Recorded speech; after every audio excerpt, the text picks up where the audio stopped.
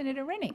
Thank you, Madam President. And I rise to speak tonight to give a bit of a synopsis on last week in estimates, where I got to speak to a number of health professionals, but mainly Professor Murphy. I had more time with Professor Murphy this time than I did with Professor Skerritt, who was off in Ireland on some conference instead of being here at estimates, which I was a little bit disappointed in. But I have to say one of the most startling aspects of my questioning was the fact that Professor Murphy had admitted that he hadn't read the TGA non-clinical report for the Pfizer vaccine. Now, I would have thought that when you were the actual Chief Health Officer and you were about to administer a vaccine to what turned out to be over 20 million people, nearly all of your countrymen, you would have taken the time to actually read the non-clinical report that goes through and outlines all of the research that was done on the vaccine and all the testing, animal testing and everything like that that was done on the vaccine. I certainly know in my former career that you would never sign off on a set of financial statements if you hadn't have actually scrutinised the financial statements in intricate detail. And it's interesting and it's relevant because Professor Murphy told me that on Thursday, but on the Tuesday night before, I'd actually asked the National Blood Bank Authority whether or not the spike protein stayed in the blood for longer than 3 days, at which time you could donate blood. And Professor Murphy insisted that there was absolutely no evidence that the spike protein was in the blood.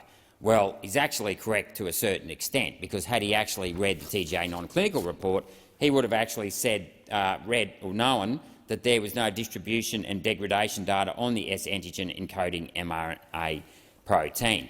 Now, that in itself I find is shocking, the fact that you wouldn't actually test the spike protein in the vaccine before you actually administered it to humans, because the spike protein is the active ingredient. The spike protein is what the idea of the vaccine was to deliver a lipid inside your body that goes into your cells, and then the cell's ribosome would produce the actual spike protein.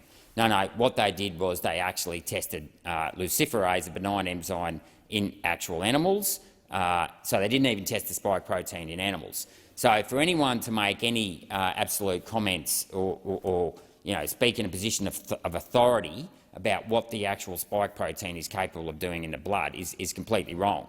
And I will be looking at ways of holding both Professor Murphy and Professor Skerritt accountable for those statements, because it's completely wrong that he should be saying things if he hasn't actually done the time.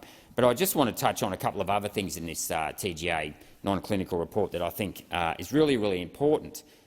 In the summary, it says almost similar microscopic lung inflammation was observed in both challenge control and immunised animals after the peak of infection, in other words, day 7 or 8.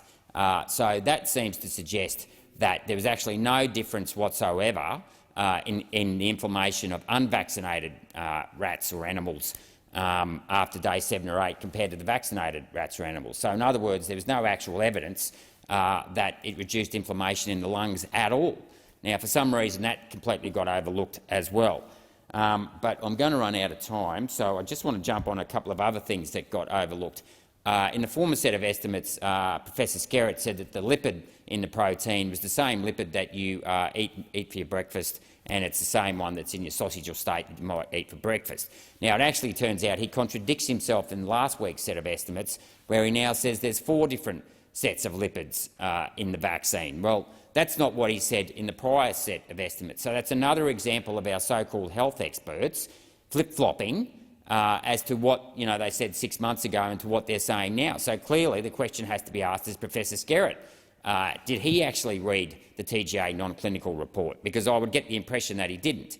And then, of course, the last thing that we really need to touch on tonight is the fact that the FDA actually said as far back as December 2020 that at this time data is not available to make a determination about how long the vaccine will provide protection, nor is there evidence that the vaccine prevents transmission of SARS-CoV from person to person.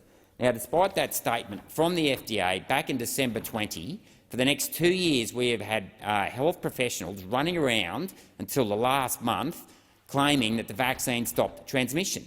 Now, Professor Kelly couldn't actually name any studies that showed an increase in IgA, immunoglobulin A, in the mucosal system, for the simple reason there weren't any studies. Thank you.